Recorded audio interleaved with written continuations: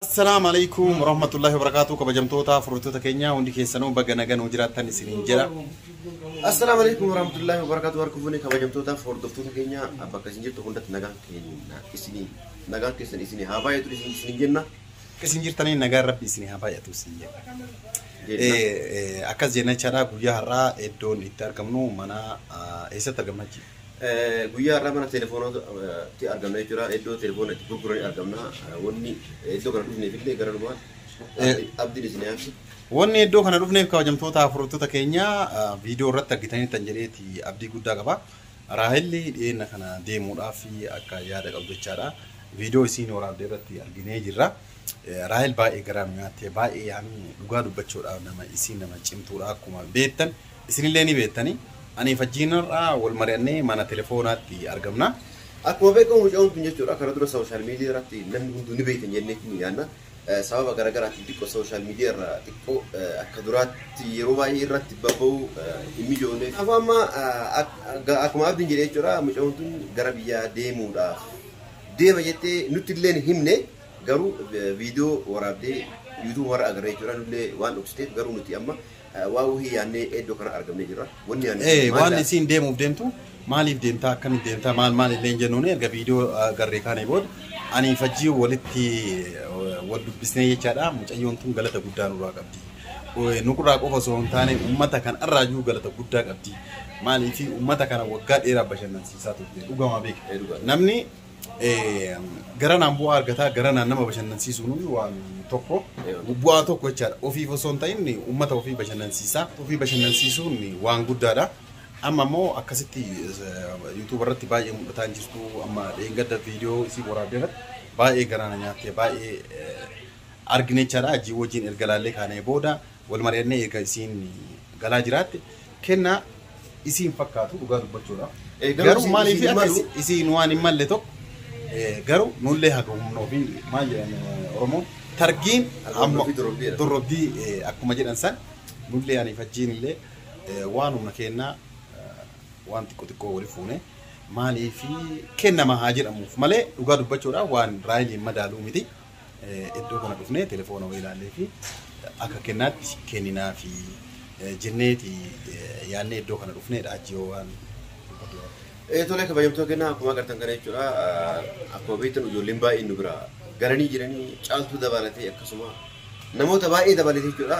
Namoonni baay'een nurraa kutaa jiranii yuutuuberoonni yaman adda faffaca'aa jiranii du'aa nu godhaa nullee inshaallah akka rabbi karaa nagaa isaan illee galchee nullee isaan booda gara biyya akka nu galchu gabanuun akka du'aa nu gootan kabajaadhaan isin gaafanna.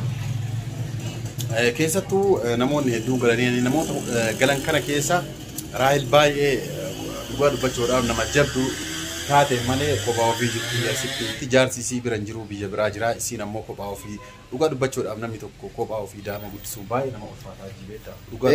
Baay'ee tokko nama ulfaataa mucaan kun akkuma isin beektan qaaliidha. Kana wajjin ammoo iddoo jaarsi isii bira hin jirretti kophaa isii biyya namaa kana keessatti mana namaa dalagaa daa'ima guddisuun baay'ee ni ulfaata. Kanaafuu mucaan tun akkuma isin beektan kana dura nu wajjin dalagaa turte yeroo baay'ee jechuudha. Warroonni viidiyoo kenna daawwatan ni beektan jedhee warroonni yeroo dheeraaf abdii qaba kana dura inni daawwachaa turtan jechuudha. Abdii wajjin diraamaa isin dalagde keessattuu kan miiliyoona kan laallamee jira jechuudha. Kan miiliyoona baay'een hedduun laallamee jira jechuudha.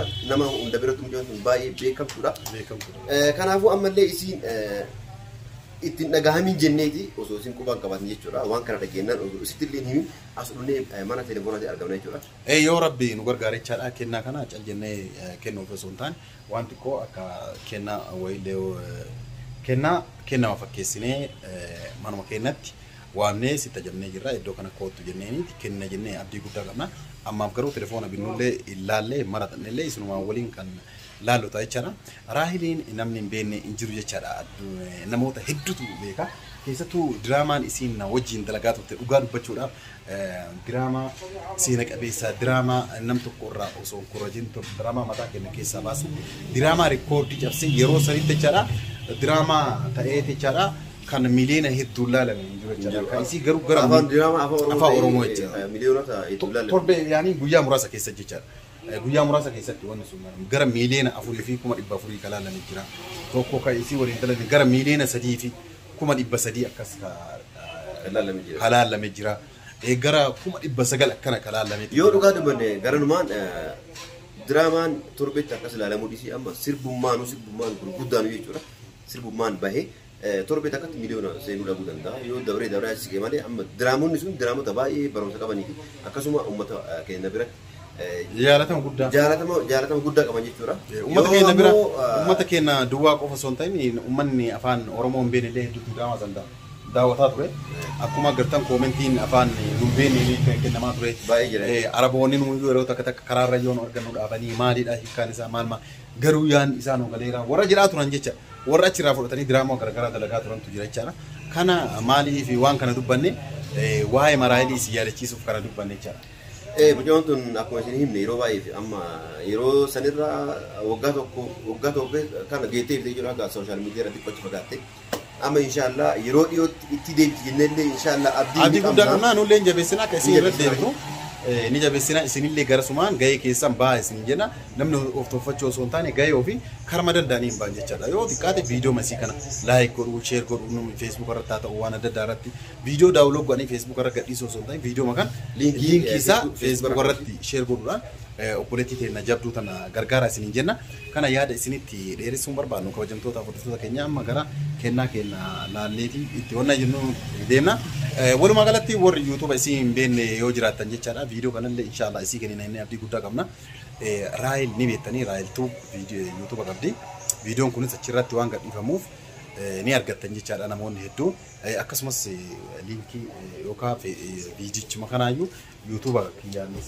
kan sheer goonuu yoo danda'ame kaashaa isheetiin illee sheer waan goonuu sheer isinii goona akkasuma jalatti argachuudha liinkiilee isinii kenna viidiyoo garagara sabskraabii akka gootanii nusi bira jirraa akka jettaniin garanumaan isin gaafannachaa qabdu amma gara kennaa laalluutitti deemnaan wajjin affeera kenna.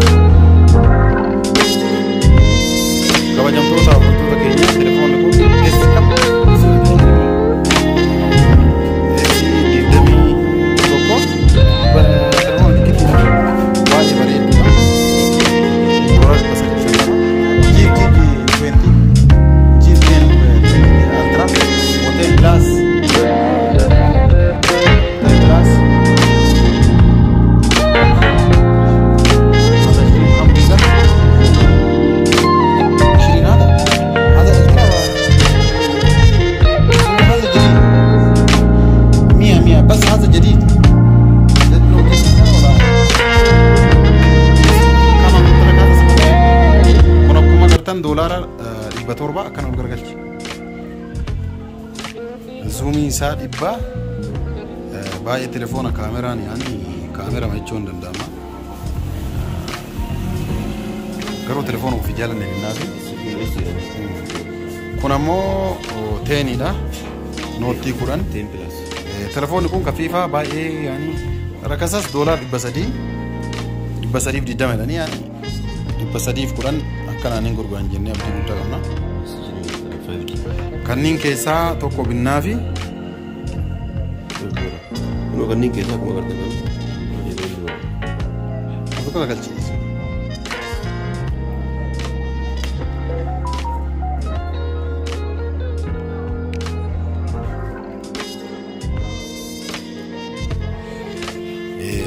Kanneen keessaa tokko bituuf deemna kana binnaaf jennee isinitti hin himnu guyyaa kennaa kenninuuf ni argitan jennee abdii guddaa qabna kabajamtoota hordoftoota keenya. Kana telefoona kanneen sadiin keessaa tokkocha ka'umni keenya danda'e bituudhaaf hordoftoota keenya. Walii gallee jirra.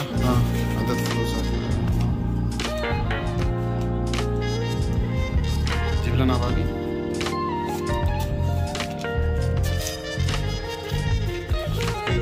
Binnee jirra kuno waan kennine binnee fi jirra amma garuu isitti hin garsiisnu yeroo isii kenninu isin garsiisna viidiyoon kun yoo dheerate kutaa lama goona jenneeti. Kutaa lama harka nu hordoftan ta'ee jechuudha amma binnee jirra kuno binnee jirra waan binneellee amma isin garsiisuu taane yeroo san viidiyoo keessatti ni agartan jechuudha. Garuu telefoona ajaa'ibaa maashaallah telefoona bareeda binnee jira. Garuu isiif mala jenneeti miti. Jennee yaannu garuu akkuma hamma humna qabnuuni wal bira dhaabbana jechuudha malee. Biluma dhaabatanaa jedhanii malee dhugaa dubbachuudhaaf kun isiidha hin ga'u. Isiidhaaf kaamera gurguddaa 5D akkasitti isiif mala jechaadha raayil nama jabduudha dhugaa dubbachuudhaaf nu qofaaf osoo hin taane nama hundaaf jechaadha. Nu qofaaf jecha miti. Yookaan isiin nuuf gaarii qofa waan taateef kana dubbatu. Nama hundaaf waan gaarii taateef kana dubbanna.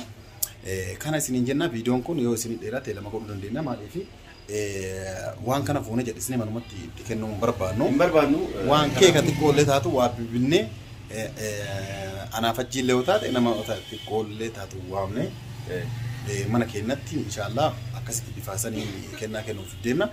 Kana fakkaataa warri viidiyoo kana hanga iddoo kana daawwataa jirtan hundi keessanuu galatooma isiniin jirra warri viidiyoo kana jaallatan laayik godhaa yaada keessan karaa koomentii nu barreessaa isiniin jennaan. Assalaamu alaykum warahmatullaahi wabarakaatu.